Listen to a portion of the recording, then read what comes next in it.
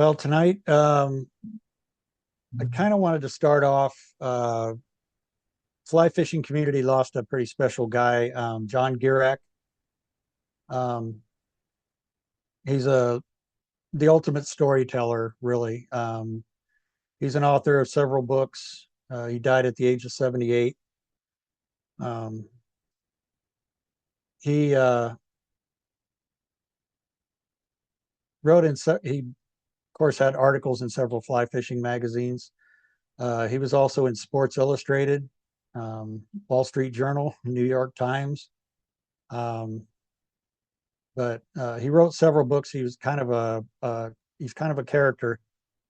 Um, a lot of the interviews that I've heard, he just really tells a good story, and he's got book titles like "Even Trout Get the Blues," "Another Lousy Day in Paradise," um, "Standing in the River Waving a Stick." Um, he had "Dances with Trout," um, "At the Grave of an Unknown Fisherman." His last book was All the Time in the World, and I heard an interview with him about that book. Some of it was fishing in Labrador uh, with Tom Rosenbauer. And then part of this book covers fishing locally during COVID when you couldn't really go anywhere. And then after COVID, there was a little bit more travel, but I think he kind of gets into wearing a mask in the airport and all that kind of stuff. But really good storyteller, and if you can look up some of his books, if you're a reader, you really want to look up some of John Girac's books. He's an excellent storyteller. Um, he Sorry also about wrote, that, guys. yep, he also wrote the back page column for Fly Rod and Reel magazine from 1992 until 2017 when the magazine kind of went out of print. Um, but if you want to really kind of learn any more about him, kind of look up on YouTube John Girac fly fishing. You'll probably be able to find some different interviews with people on the Orvis Fly Fishing podcast. Uh, there's a recent one. The Orvis Fly Fishing podcast is Tom Rosenbauer, and he interviews different people. Um, and he played one this last. They come out every Sunday, I believe now. This one that came out this last Sunday was a like a reach back of a um, podcast he did with John Girac, talking about his latest book, that All the Time in the World. Um, but it's pretty cool to um, just hear that interview. There's also if you look on YouTube, just type in Orvis John Girac, maybe you'll find it. It's a actual interview during COVID where they were doing it on Zoom, an interview with him. I got to, well, if you want to call it meet, I met him at the Denver Fly Show. He was there featuring some of his books and stuff. Just basically walked up to him near the bookstore there and shook his hand and thanked him for everything he does for fly fishing and whatever. Um, but just kind of said hello and just a funny guy and just a really good storyteller. So um, he'll be missed. So I kind of wanted to start off with, I'm going to share of all things kind of a Google screen here. Um, so a lot of what I'm going to talk about tonight is fly fishing opportunities in the um, local area. And if you, uh, whatever your favorite Google or whatever, if you just type in NGPC for Nebraska Game and Parks Commission, stocking, which you can tell I did it before. Um, it'll take you, the top thing here is going to be trout stocking reports.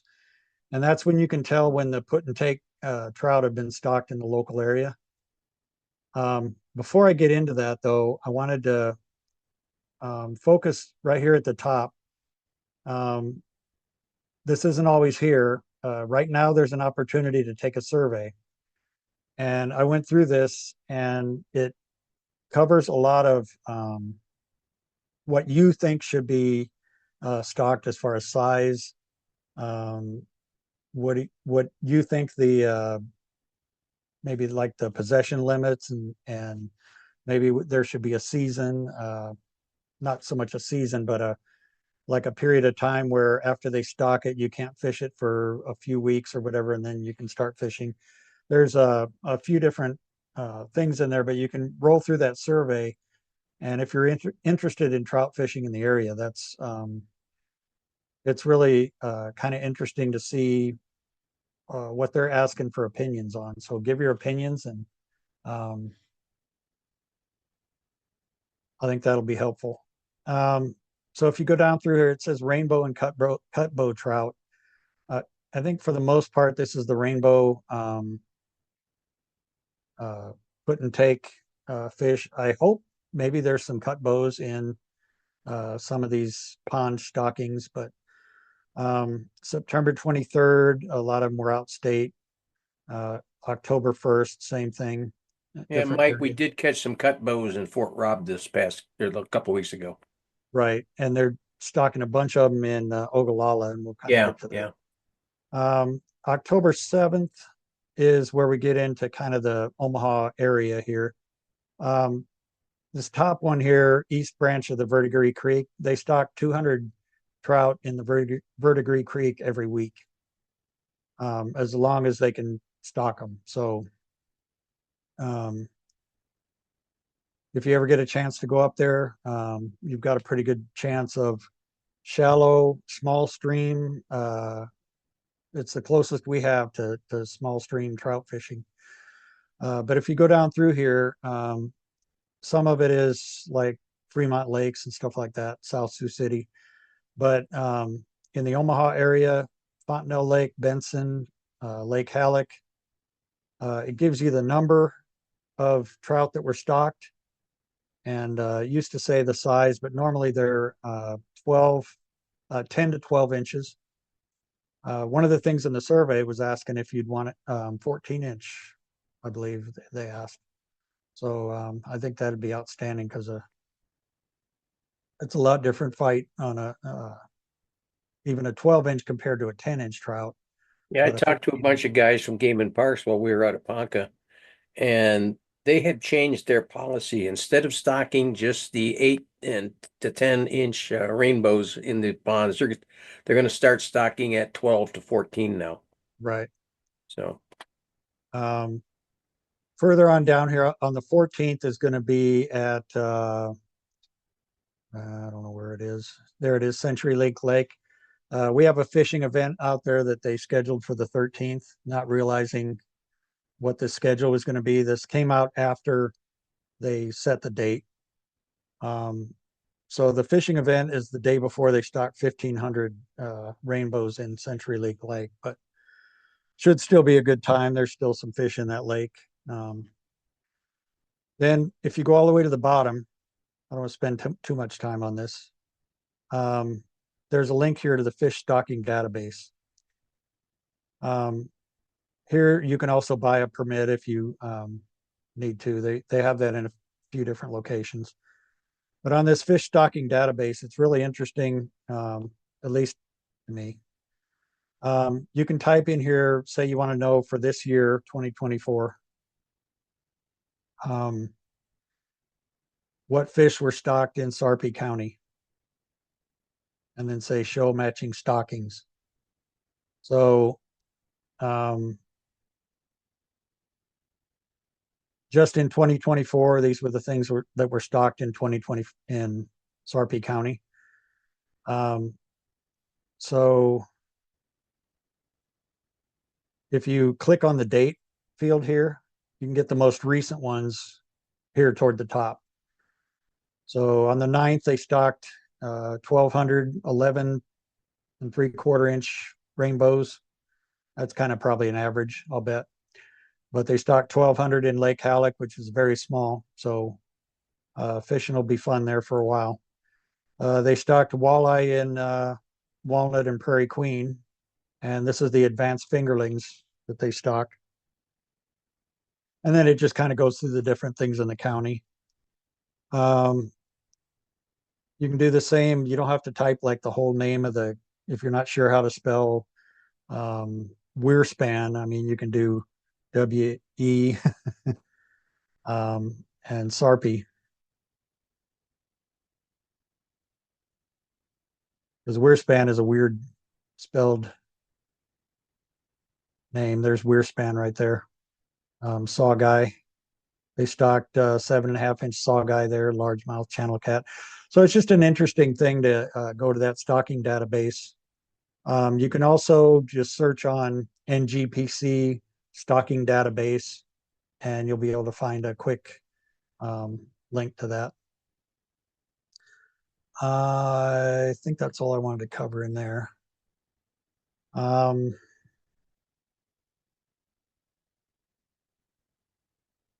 now I'm going to share PowerPoint that I have here.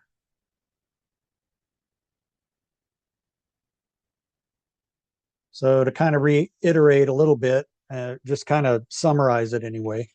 The fall rainbow trout stocking came out about a week and a half ago. October 7th, those were the lakes in the local area that where the trout were stocked. On the 14th, those are some local areas. And then in December, if the lakes aren't frozen over, they'll put another 3,500 in CenturyLink Lake, some out by Lincoln for you, David. But that's really fun for ice fishing. It's a blast to catch a 12-inch rainbow on a short rod if you're into ice fishing. But if it doesn't freeze over, you know, and you have the winter gear that you can put on, you can certainly fish for them well into the winter.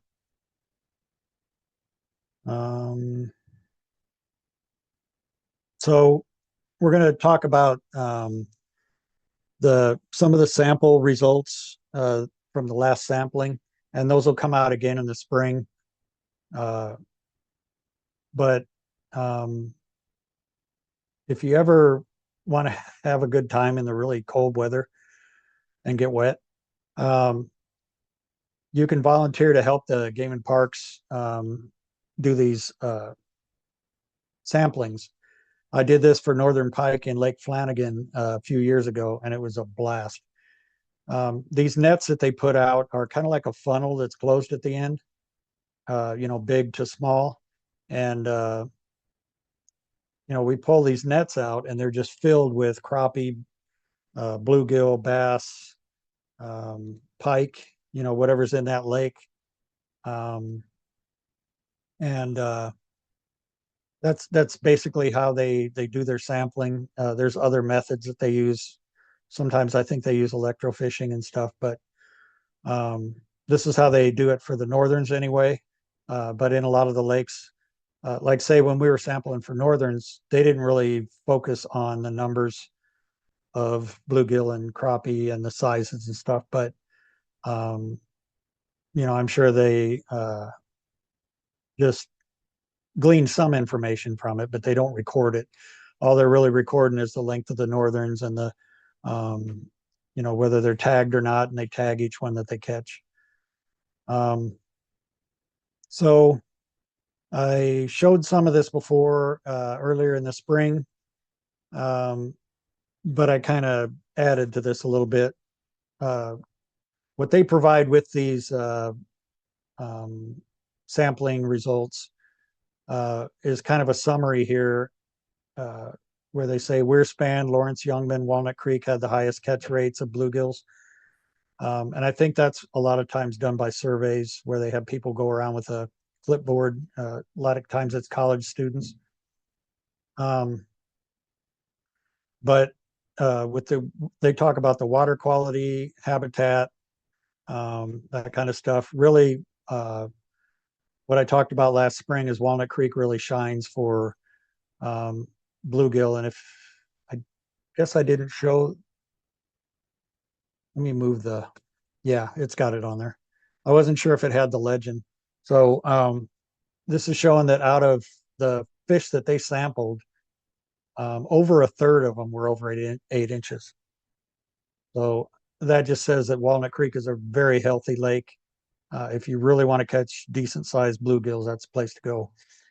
Zarinsky will be good. But a lot of these are up and coming lakes because they've either been recently renovated or a lot of times these things go in cycles. Um, I usually fish them in the spawn. For some species of fish, that's kind of a no-no, but for crappie, bluegill, they're so prolific. Uh, you're not going to hurt the populations by fishing for them in the spawn, even if you catch a few. If keep a few, I mean. Um, I've talked a couple of different times to the fisheries biologists, and if you're fishing in a spawning area, I'll show you a picture here in a minute. Um, for bluegills, and you catch them and release them, they'll find their way back to that nest. And normally the ones on the nests are the bigger ones. So in a place like Zarinsky or Walnut Creek, the ones you find on the prime beds there are going to be the bigger ones. Uh, and so it's very important to practice either catch and release or selective harvest. Um, if if you're catching regular, you know, everyone you catch is 8 inches. Some of them are 9 and pushing 10 inches. If you catch a 10 inch, you want to let that go. Consider maybe letting the 9 inches go and keep the eights if there's a lot of them. And that just leaves the fish that have the better genetics, the healthier, more robust fish. Those are going to be the ones that are in the gene pool, and not the um, there's really strange biology with panfish where they have weaker panfish that don't have a very good growing rate, and a lot of times they'll move in and try to take over nests that are either because of weather or something else. Um, they'll try to take over these nests and interfere with the spawning just to do their thing, but it ends up causing problems. So you end up with some ponds that may get a lot of times they'll call it overpopulated, but the average size will be smaller just because those smaller fish are able to kind of dominate because everybody's taking the big ones out. Um, Plate size beds are in clusters in protected coves. I'll cover this a little bit in some detail, but you want to use any high floating flies.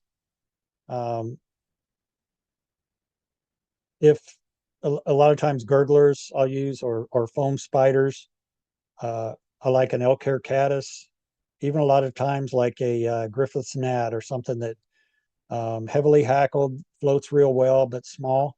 That Griffith's gnat, if it's smaller, it's going to be a little bit easier to hook them in the lip and take it out of their mouth, as opposed to like a bigger hook that might be harder to get out of their mouth. Um, if you're using nymphs, just make sure it's slow sinking because a lot of these beds are in 1 to 4 feet.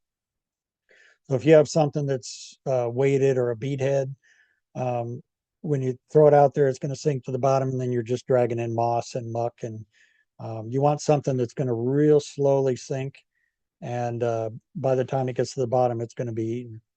Um, Probably best examples, like I said, gurgler, hare's ear, foam spiders, a muddler minnow is a good one because it's kind of neutrally buoyant. Um, bigger hare's ear like tens, 12s, even an eight, big hare's ears, woolly bugger or woolly worm, but just make sure it doesn't have a bead. Like I said, if you're in 1 to 4 feet, you don't want it to really sink to the bottom fast. Here's a kind of some pictures of spawning beds and how they can be.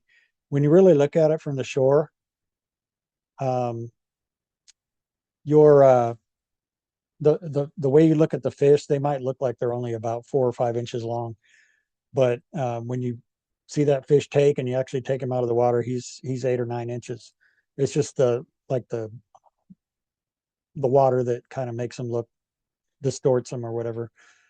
But this is how close they can be to each other.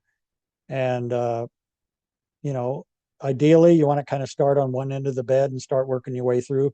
If you right away go right to the middle here and catch a fish out of there, he's going to go back and forth as you're bringing him in and just kind of maybe spook all of those away.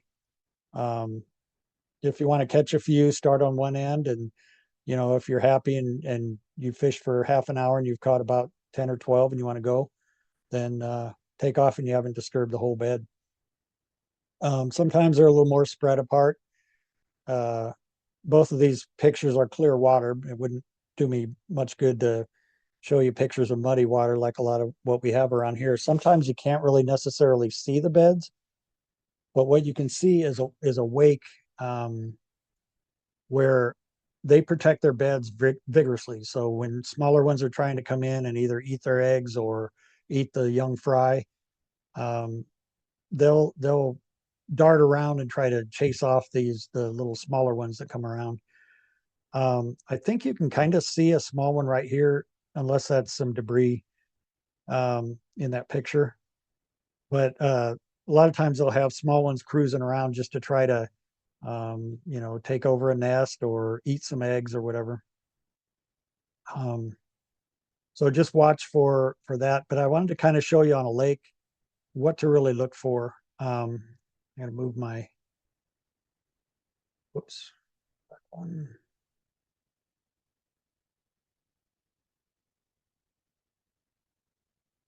Um, this is a map of Wearspan Lake, and it's kind of distorted.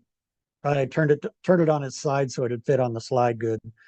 Um, but this just kind of gives you some ideas of where to look for coves that might have these spawning beds. Um, they need to be protected from the wind. So in the spring, the wind's predominantly from the south.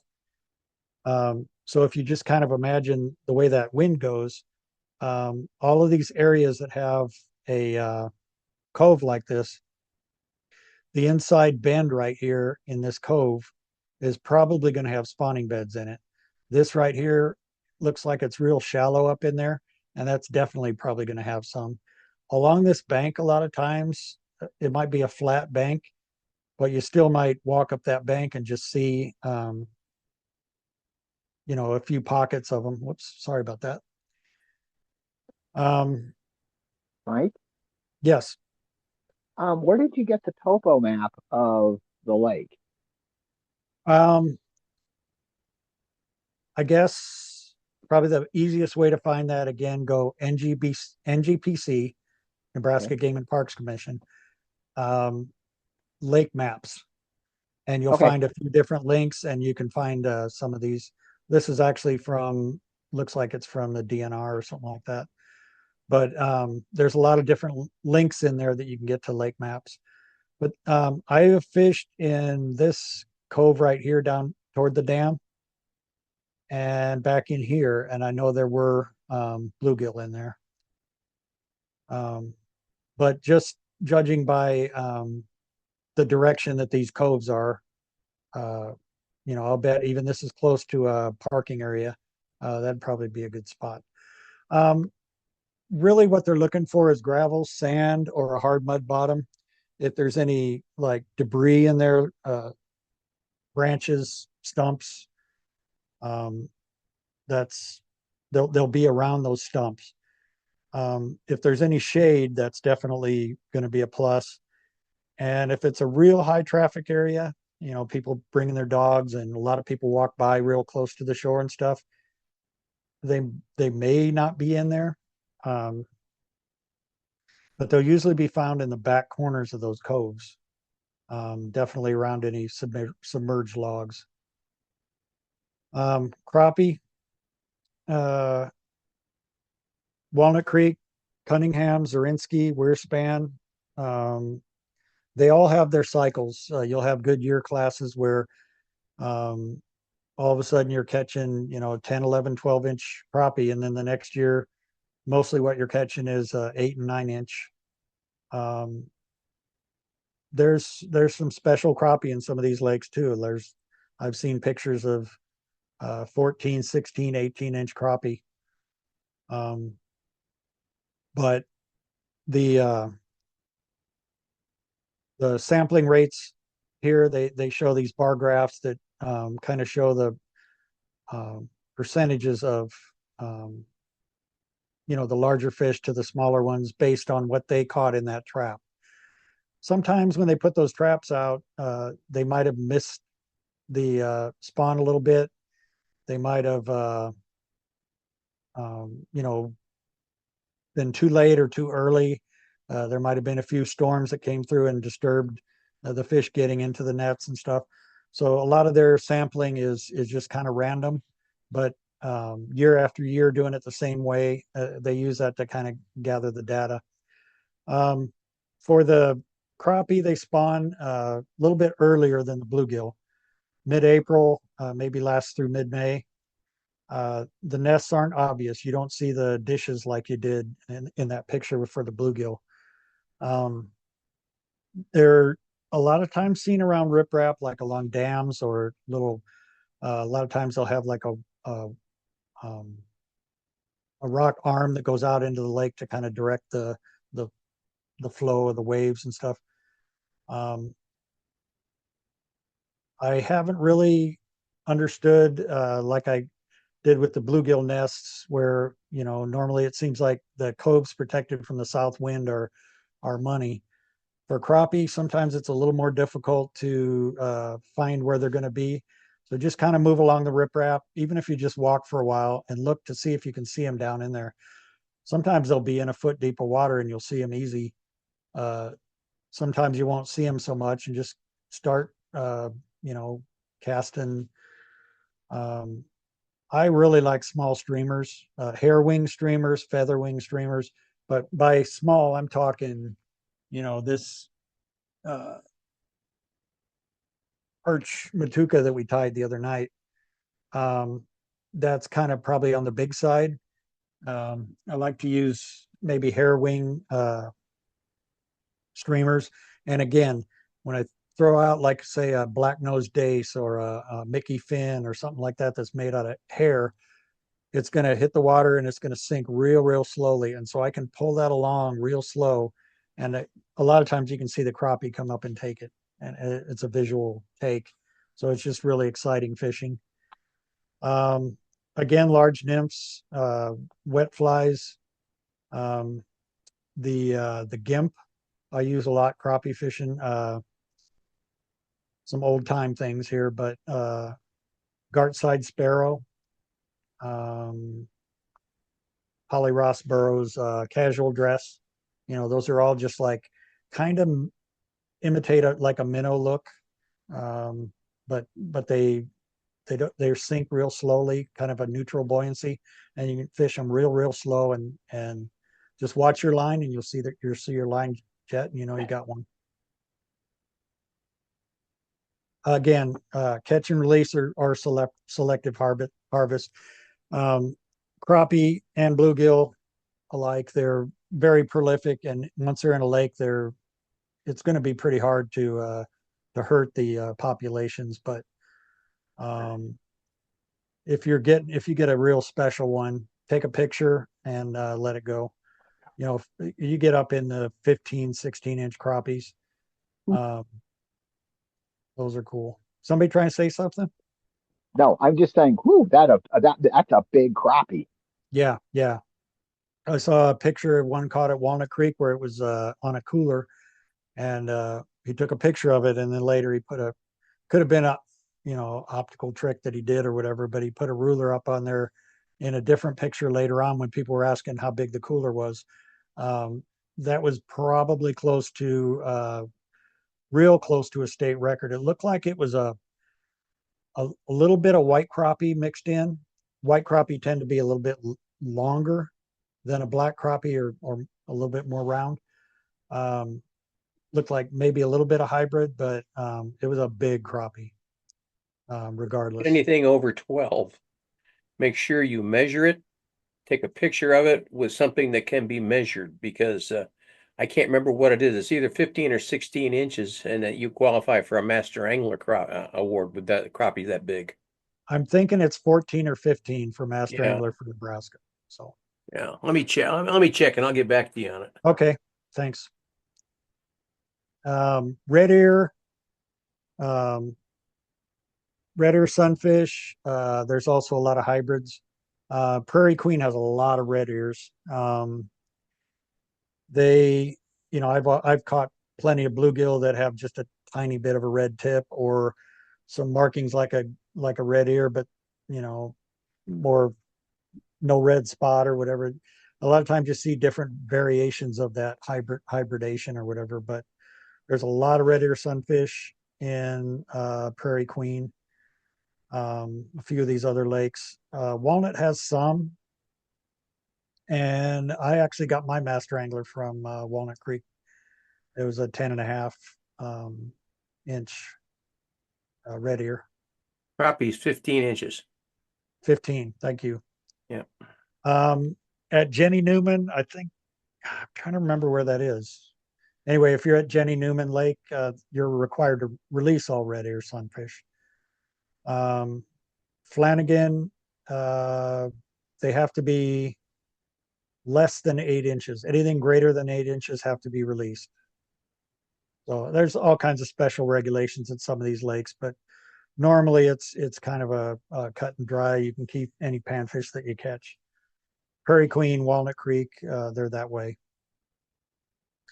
Like I say in the text there, it's kind of hard to really target them individually. Sometimes you can tell by looking, if the water's clear, you can tell it's a red ear.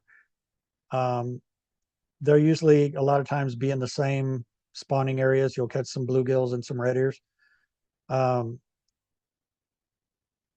The green sunfish and bluegill hybrids, that's what I meant to put up in that title up there. Green sunfish and bluegill hybrids. In Walnut Creek, I've seen them spawning later than bluegill. I don't know if that's a scientific thing or if that was just one day I caught a whole bunch of them in one area, but it seemed like it was way toward the end. I didn't think there'd be any more. And I got some real nice green sunfish that day. Same tactics as bluegill. But green sunfish, a lot of times they're smaller, just a pure green sunfish. They'll be around rocks, a lot of times where you find crappie. They're more oriented to like rocks and weeds, real shallow. Smallmouth, we have some exciting things coming up here. Big elk. Now the smallmouth are getting bigger. They're stocking a whole lot of yellow perch in that lake for them to feed on. There's a lot of minnows in that lake for them to feed on, and a lot of frogs. There's tons and tons of big tadpoles. So the smallmouth have plenty to eat, and those lakes are built with a lot of deep pockets and rocks and logs and all kinds of structure. Portal Lake finally filled up this year when we had the kind of the flooding, but it's starting to drop a little bit more. It's pretty weedy right now. I don't know if there's much shore access, but Big Elk has pretty good shore access, and I haven't caught any real big ones out of there, but they are a blast. Smallmouth is one of the best fish to fly fish for. They take top water pretty readily a lot of times. The ones I caught were on small streamers, and but deer hair bass bugs, gurglers, big foam flies. But if you have any 2 to 4 inch streamers, large nymphs, I say don't be afraid to do a combination dry dropper. If you have when I say dry dropper, I've kind of moved away from thinking that the fish might eat the dry. To me, I don't like using the plastic thingamabobbers and some of those kind of things for strike indicator, the bobbers basically.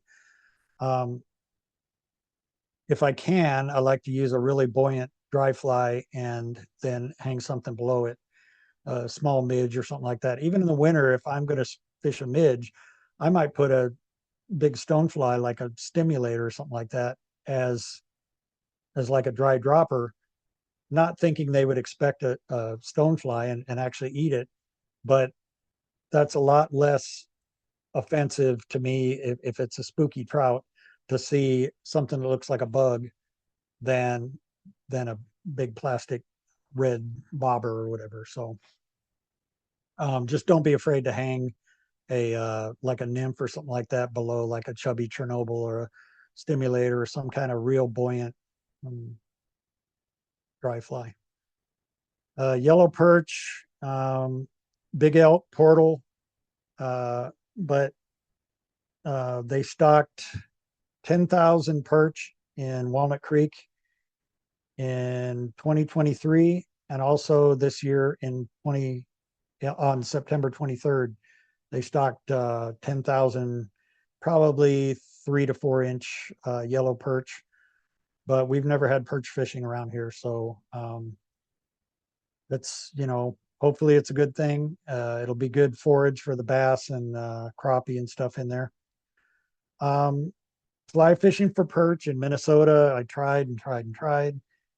I caught thousands using bait, but I've never really mastered being successful targeting perch. Gabe, if you know anything from your days in Colorado, or if anybody else finds a way to to actually target yellow perch and catch them regularly. To me, it seems like they're really bottom and weed and structure oriented to where it's kind of hard to get a fly to them.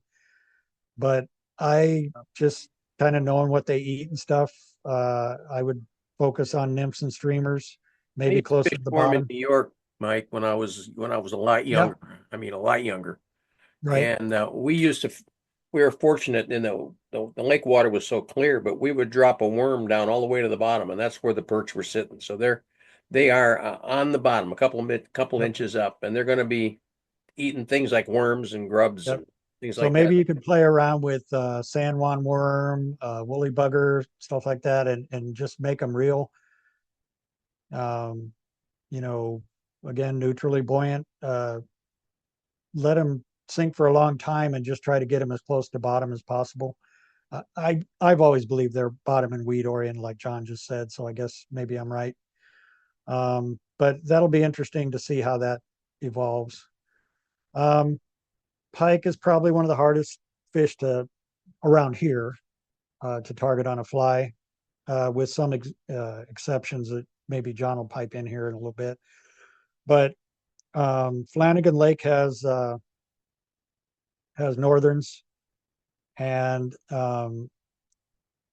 the best time to fly fish for northerns is right prior to the spawn, when they're up shallow trying to get the feed bag on before they do their thing. The problem with Lake Flanagan is it's real difficult to get shore access in the north end of that lake, and that seems like to be where most of the bigger pike are. Like I said, again, I did the pike sampling where we went around in a boat and hit all the different net things that they had, and we were on the north end. We got probably 5 to 6 times the number of pike that they got in the southern end of the lake. So I fished with spinning tackle, got to where I could get on some rocks, and it was freezing, but it's real steep rocks. If you can get on the riprap, it's not like a gradual little small riprap that you can easily climb on. This is big rocks and kind of tough to climb on, but if you can find a spot and get some stuff out there, I was able to get a pretty nice pike on a Rapala. But northernmost coves in 3 to 6 feet of water, especially if you can get out in a boat. Zonkers, deceivers, any of the Gunner Brahmer or Kelly Gallup flies that are real big.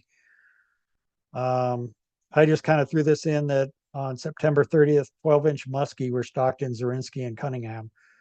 So those might be kind of eager to kind of eat around the shore here late in the fall. So might give them a try. And if you really want to catch a northern on a fly rod, get your 8 weight out, get some 2 to 3 inch or larger streamers, and head out west to a place called Smith Lake, which is on Highway 250, about 20 miles east of Chadron, due south of Rushville. I think it's Rushville, Nebraska, on Highway 20.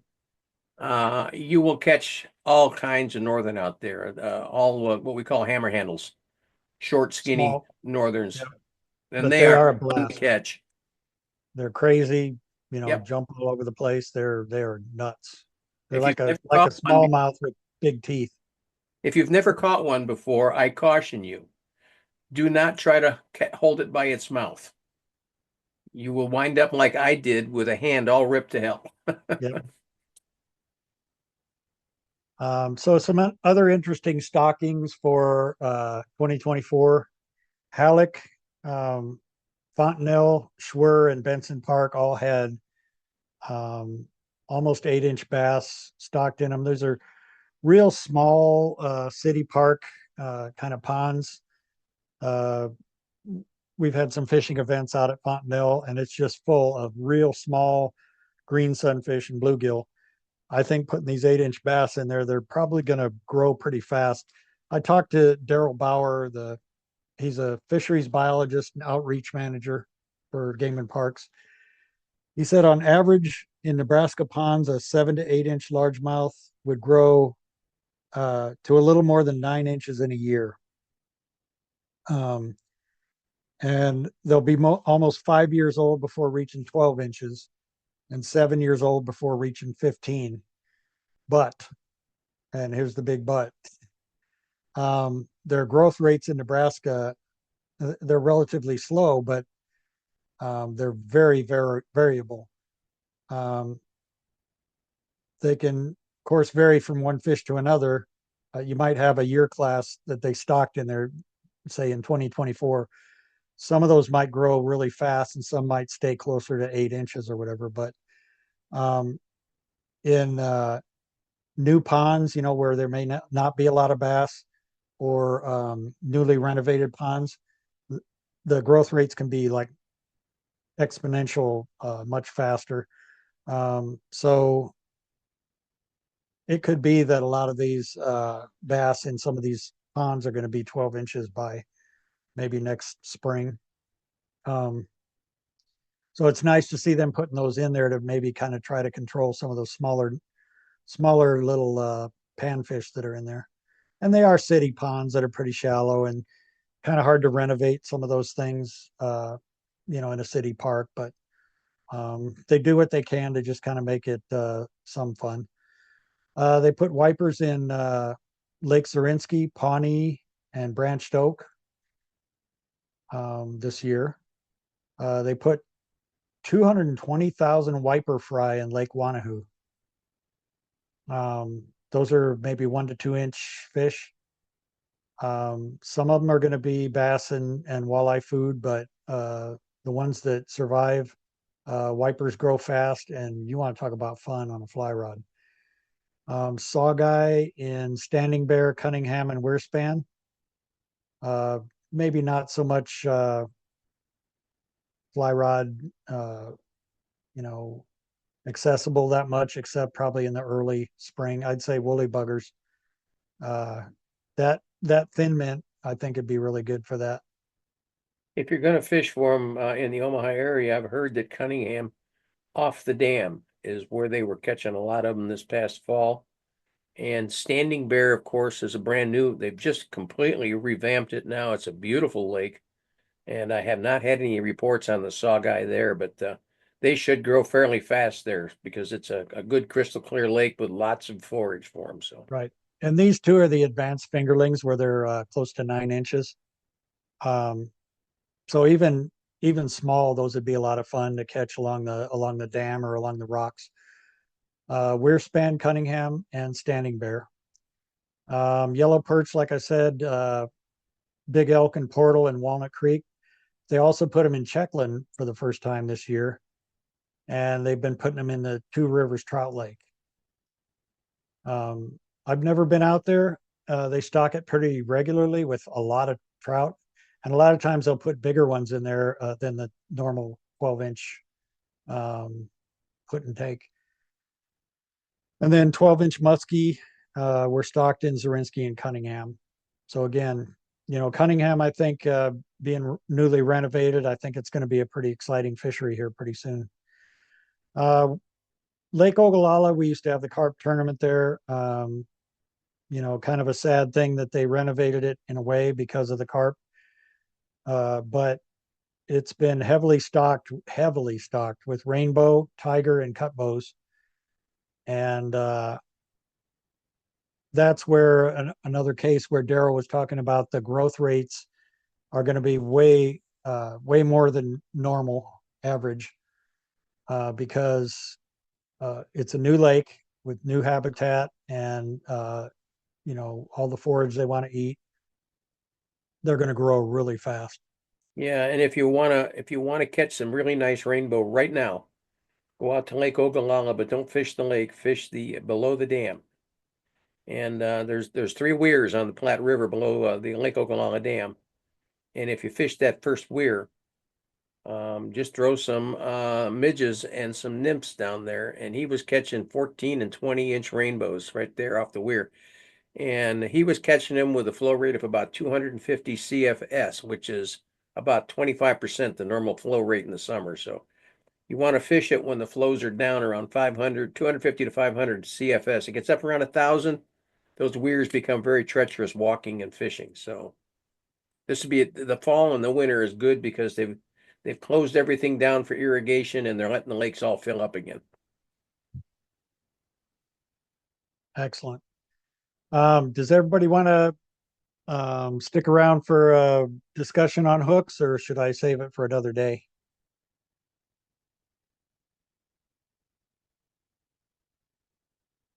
Don't everybody speak up at once. Well, if I don't hear I'll get any, going. no, don't Have to do it, unmute Mike. one. So I don't mean to insult your intelligence, but we're going to kind of talk about some of these things in the sizing of hooks and stuff. So the eye, the shank is actually the flat part before it starts to bend, and then the gape of the hook are the keys here. And obviously there's so many different types of hooks that you really start to get, kind of fuzzy and arbitrary in the hook sizes and styles and all that stuff. Doggone it. Kind of hard for me to do the little arrow and not advance the slide. So on the far left, you got dry fly hooks. A standard hook to me is what I used to say what I kind of learned when I first started tying. 94840 was the dry fly hook. I mean, nobody used really anything different. A Mustad. And it had basic proportions, right? So anything that was 1x long, 1x short, 1x wide, whatever, was all kind of based on that same that standard hook. But nowadays dry flies, the second one down is a barbless, and they curve the bend a lot more in toward the hook, because on a barbless hook you don't have that barb to keep the fish on there. You need a little bit more of a hook there to kind of hold the fish. The eye can be up or down. Standard is down. There's a lot of old kind of fancy patterns I like to do on a up eye hook. But some dry flies can actually be on a like a curved shank hook like that, say stimulators and hoppers and stuff like that. The next column then is going to be nymph hooks and wet fly hooks, and those are a thicker wire, so it makes it sink. And a lot of times they're curved to give it more of the shape of a curved nymph body. There's jig hooks, 60 degree, 90 degree are the most popular.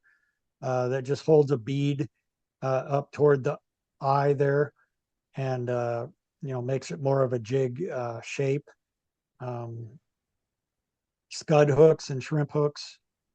Um, a lot of different nymphs and caddis and midges and stuff are tied on these hooks.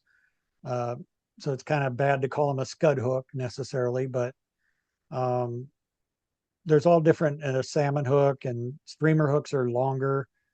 Um, Popper hooks have different, you know, kinks in them or whatever to hold poppers. But the basic thing with a hook is the standard hook. The shank is 2 gaps wide. So if you look at the gap of the hook, 2 gaps makes up the shank. You really start getting in the weeds when, of course, different manufacturers and everything. But this bug-o-meter thing here, it kind of gives a little bit of insight into some of the intricacies, if you will, because they give some lengths of the different hooks. So a 1x shank, a 2x shank, and a 3x shank. A lot of times I kind of question whether size matters when it comes to hooks, because it doesn't matter if it's a 14 when you're buying flies, and we'll get into this in a couple slides here. If you're buying flies or you're tying them at your bench, you kind of want to focus on the size. But if you're out on a stream, that's where this middle one comes in. You're going to hold the insect that you caught up to this and say, oh, that's a size 12 mayfly. So I want to get in my box and grab a size 12 mayfly. But the problem is nobody's fly box says these are 14s, these are 18s, these are 16s, these are 12s, whatever. Um, if it's easier for you to say that a size 10 hook is you know 5/8 of an inch long and a size 22 hook is a 1/4 inch long, if that makes more sense to you, then use what makes sense to you. But where it really matters, if you look at a hatch chart, um, I know by looking at this is a section of a hatch chart for the Black Hills. Damsel flies, they're saying, kind of looking over at the nymphs in the far right column here, in 8 to 12, those are going to be bigger. And when you get down into these tricos and BWOs, BWO is blue-winged olive, those are going to be down in your 18 and 22. So those are going to be tiny flies, and your damsels and stuff are going to be bigger flies. So when you go into a fly shop, you look at this hatch chart and you say, you could write down on a list, I want some damsel nymphs in 18 through 12, and I want some, tricos in 18 to 22. And you can go into the fly shop and say, this is what I need. And they would have them labeled on their bins, for that size. But it really only matters in the fly shop or at the tying bench. So as far as, whether it's a 14, a 16, an 18, if I'm out on a trout stream and I see a mayfly, I'm going to look at it and I'm going to judge based on the size of that. I'm going to look in my fly box and find a fly that matches that size. So it doesn't matter that it's a 12 or a 14, it just matches that size. So in that case, it really doesn't matter as far as size. As far as the 2x long, 2x wide, all that kind of stuff, Um, if you look at again at this hook right here, a 2x long hook. Let's say we have a 14, a size 14 2x long hook. That's a standard hook plus 2 eye lengths. And that makes it a 2x long hook. So what I would use that for is maybe, say on a nymph, I want to add a bead. The bead takes up some space, but I still want the shape of a mayfly nymph to be behind it. So the bead would take up those 2 eye lengths, and then I would still have the shape of a mayfly nymph behind it. So as far as length, um, how I always thought of it when I first learned was a size 14 2x long hook. That hook is as long as 2 sizes higher. So a size 10 hook in length would be the same as a 2x long size 14. Yeah, and that's what I always heard, Mike, that they were Okay. the size of two But sizes up. right. But the way you hear it most often nowadays is it's 2 eye lengths. Um, again, it depends on the manufacturer, but as a general rule, uh, size 14 and a size 12, a size 12 is going to be 1 eye length longer than a size 14. A size 10 is going to be 1 eye length longer than a size 12. So you could kind of use an eye, or you can say it's the same as a size 12 or a size 10. A 2x wide gap has the gap width of a hook 2 sizes larger. And so again, in the example, a size 14 that's 2x wide has a gap equal to a number 10 hook. So where I would use that, say I'm making gurglers where you have a lot of foam and you have a lot of bulk on the hook shank. A lot of times you kind of take up some of that gap of the hook and you might have trouble hooking a fish or whatever. I might want a wider gap hook for a gurgler than I do for, say, a dry fly, like an Adams or something like that. So that's where you would want a 2x wide hook. But to really make it more confusing, which is fun, whoops, a 14 size 14 hook that's 2x long and 2x wide and 2x heavy is basically a size 10, it's a number 10 hook. Because you're going twice heavy on the wire, you're going twice wide on the gap and twice long on the hook shank. You're making it a size 10 hook. Nobody sells that, of course, because that'd be stupid. But on, say, from a standard hook, you want a nymph, you want it to sink, you want a heavier wire hook. So you're going to use a 2x heavy, 3x heavy for a real fat wire hook. Say you're catching, you're using heavy tippets and you're catching big fish. You don't want that hook to bend. You're going to use a heavier wire hook. That's one case where you might use a 2x heavy or a 3x heavy.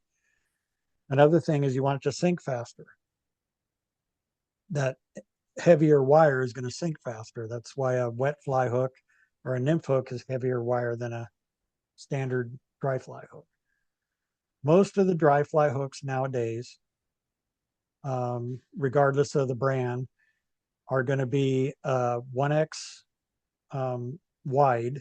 So they're going to have a little bit wider of a gap, and they're going to maybe be varying lengths of the hook shank. Might be 1x long for the hook shank. TMC 100 is kind of a standard one, pretty similar to the 94840 that was what I kind of learned. There used to just be 2 hooks. You had a For dry flies, you did a 94840, and for a wet fly, you did a wet fly hook. It was 2x long. Nymphs, wet flies, streamers were all on 2x long. You just made the feathers kind of hang past the back of the hook to make it a bigger hook. But then, they started to advance, or, whatever. So I guess the key takeaways is when you're on a trout stream, it doesn't matter if it's a 14 or whatever. You want to match the size of the fly in your box to the size of the fly you see. If you're dipping in the water and you get a nymph out of there and you look at it, you want a nymph that's as long as what you just got out of your net. You want to take that out of your fly box. Try to match the color if you can, proportions. Same with the dry fly. You see in a spider web on the bank, you see some mayflies, and they look like they're about a half an inch long. You look for a mayfly in your box that's about a half an inch long. An old friend of mine who's a guide on the Arkansas used to say there's only two rules: size and color. If you can match the size and match the color, you're probably going to catch fish. And this will cause all kinds of long controversial discussions. Let me go to about whether size, color, or just basic proportions are the most important. It really depends, but I think everybody, you look, there's 20 different colors of dubbing, and I really don't think color is as much of a. You look at the most popular patterns. Parachute Adams, is a very popular pattern. There aren't any mayflies out there that have a gray body and a brown and grizzly legs and whatever. It's just, it gives a silhouette, and I think it's more important dark versus light than it is dark gray, light gray, medium gray. I think it's more like flies like the mosquito. It's a mayfly imitation that has black and white, basically kind of zebra almost looking coloring, but it's kind of a all-purpose mayfly because it could kind of silhouette as a dark mayfly, or there's enough white in it to kind of make it look like a lighter one. So whether it's a isonikia, whatever, it's a. And then we can talk the Japanese philosophy, which is we use one fly and change the way you present it. Right. So, it's an esoteric discussion that lasts forever and already has. There's a purple haze. It's a Parachute Adams that's basically made with purple dubbing. Yep. There are no purple mayflies out there. It's not the color that's attracting the fish. It's the silhouette. Maybe purple is more visible in certain watercolors than other colors, but I don't know. It's more the silhouette, the basic size, and the silhouette. We really don't know how trout see anyway. I mean, I've heard theories that trout see in the ultraviolet range, not the same range that we see in. So, of course, our colors are totally different to them. So now I did hear some scientific, people talking about that. UV was like all the rage with dubbing colors and colors of whatever. The studies that they did were on juvenile trout, like fry and par, like very small trout. Once they lose their par marks, basically, they no longer can. UV doesn't really mean anything to them anymore. Now, I will say that a lot of the UV materials are flashy. Mm-hmm. So there is some flash in addition to the UV. So they might see a flash and say, what is that? Yep. Oh, hey, that's a mayfly nymph, and go get it. But it's not that it's UV, it's that there was enough flash or enough contrast to make them see it in amongst, if you were really to put a camera down in a stream, you'd see all kinds of leaves and sticks and things floating by. If there's a little bit of a flash, that might be something alive, and so that's their attention.